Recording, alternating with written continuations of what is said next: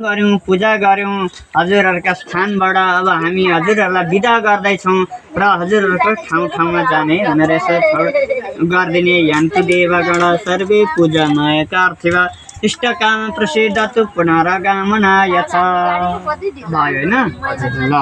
अब त्यस पछाडी टक्कसँगले यो ढोग्ने यो किताबलाई ढोग्ने चण्डीलाई पैसा राखेर ढोग्नु पर्छ खै 5 रुपैयाँ ल्याउनु पर्दैन हुन्छ राखेकै छ त भइगयो त बेटी पैसा राखेर बेटी पैसा राख्नै पर्छ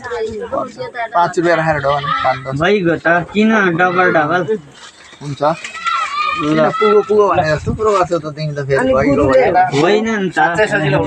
पुरो हो नि त जति राख्यो डबल किन गर्नु भनेर यो थाली चाहिँ यतै राख्ने ल किताब मात्रै अहिले एकछिन यो किताबबाट अन्तिममा नि